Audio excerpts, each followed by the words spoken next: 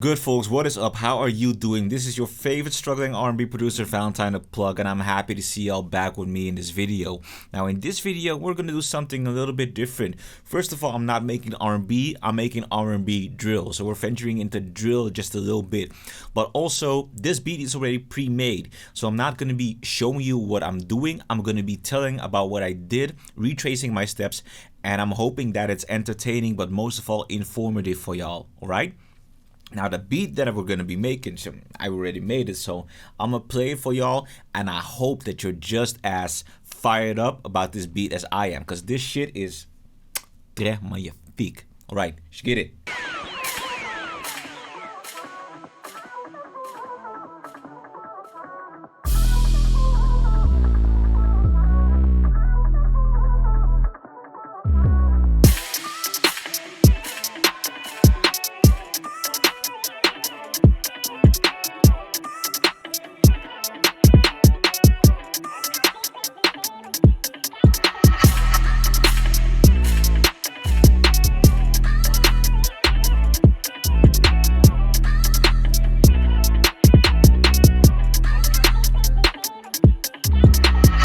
Boom, so here we are in the most FL of studios, and something that you probably have noticed is that I've been using a sample for this amazing beat. So let me break down the song a little bit. The song is called My Love, and it's a song by popular Dutch artist Frenna, one of the most popular hip-hop artists in the Netherlands today, featuring popular singer Jonah Fraser, featuring Dicey, Dequenza, and popular heavyweight producer Spanker as the producers of this song. So it's a star-studded lineup all around. So one thing that I did with this song, I immediately know that I wanted to sample the hook, and that's actually a tactical move too, because if you want to sample a song and you want that sample to resonate with the people, sample the hook. Especially with hit songs like these. This song was a hit back in 2016. Sample the hook, you will immediately get that feeling of recognition, and the song will resonate with people, and people will also appreciate, oh, you took a classic and you put it in a new code. They can respect that.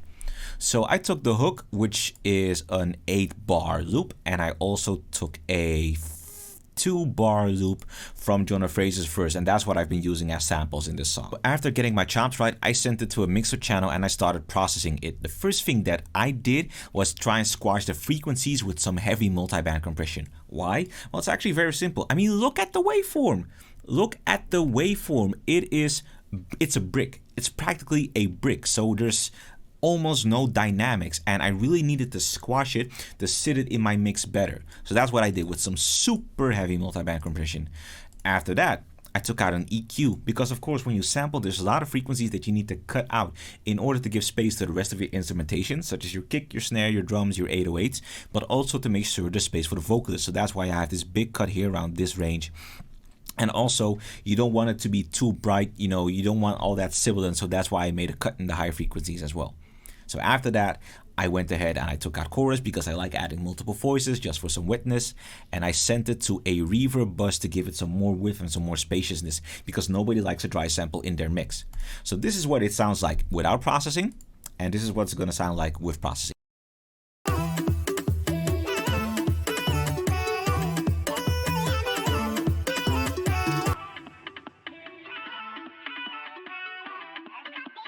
So essentially what I did, I thinned it out. I made it hella thin. So to give it a lot more body, I duplicated the sample, sent it to a different mixer track with almost similar processing, but I just EQ'd it differently. So I left a lot more of the low frequencies intact to give it a lot more body. What I also did, I added another chorus effect, which is Waves' vocal doubler.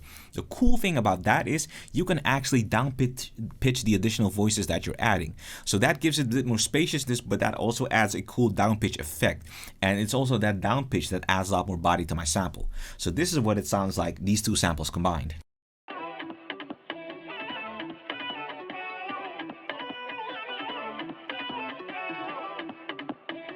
So once I had that in order, it was time to move on to the drums.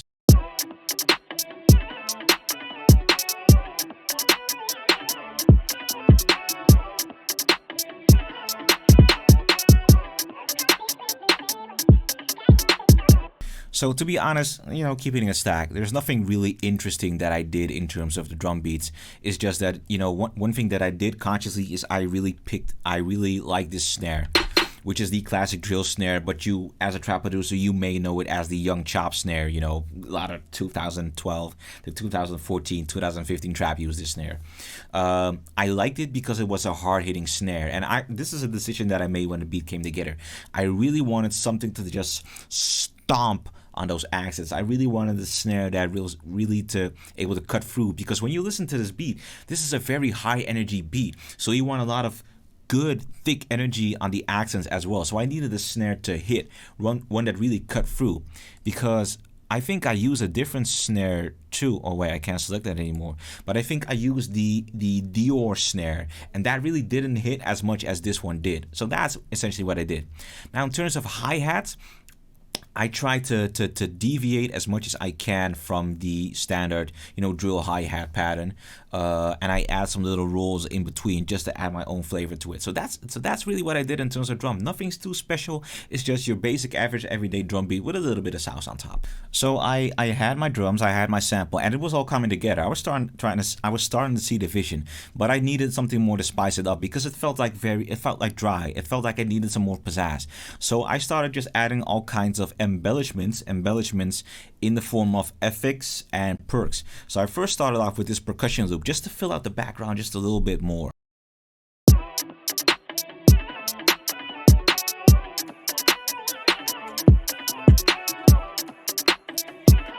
So we got that percussion loop sitting in the back faintly. Now that's when I started adding my favorite gunshot effects, which is from a Ghosty kit, and of course a crash, because you really need that to really accentuate the accents, the beginning of the bar.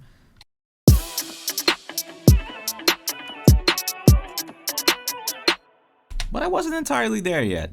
I wasn't entirely sure yet. So then that's when I started adding these little vocal chops.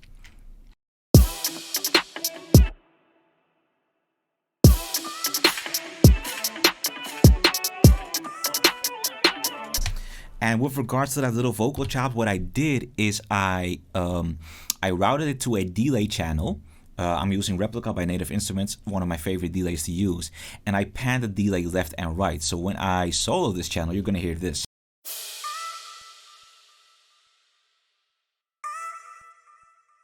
And those are very little important details for the ambience of your beat. So it was all starting to come together. I was really starting to dig that beat. So getting my 808s right for this beat was kind of a challenge. Not because it was difficult, but simply because I didn't know what I want. So that's when Sublab came through. Sublab is, you're probably familiar with Sublab right now. It's not a game-breaking VST or anything, but what it does is you can take a couple of 808s, a couple of good 808s, and customize them further using this very accessible interface.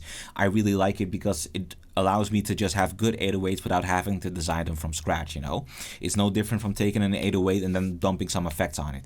So I took out Sublab and I started playing a pattern, and I did a very sneaky thing, and that is that I essentially had my 808s follow the line of the melody. So it goes up when the melody goes up and it goes down when the melody goes down.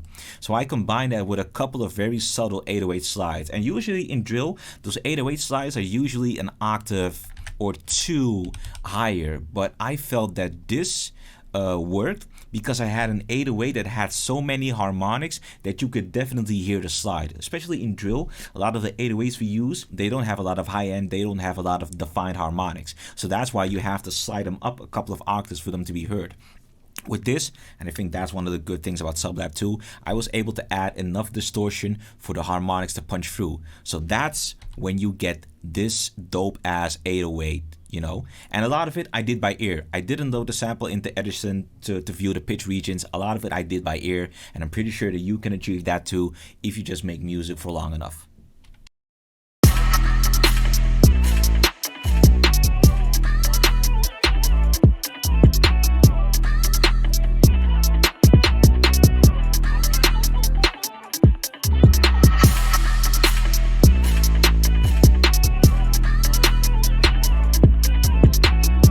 So honestly, there isn't a lot more that I can tell you about this beat. It came together in about an hour and I absolutely loved it, and the people I played it to loved it. I would be super honored if Frenna and Jonah Fraser would jump on this again, but I'll just have to get it to them. In the meantime, I'm super happy that y'all watched this video. I definitely hope this was educational and entertaining to y'all, and I definitely hope that this inspires you to combine drill with R&B, because there's a lot of untapped potential in that little branch of drill. You feel me? Either ways, y'all be easy. I'm gonna see y'all in the next vid. Peace.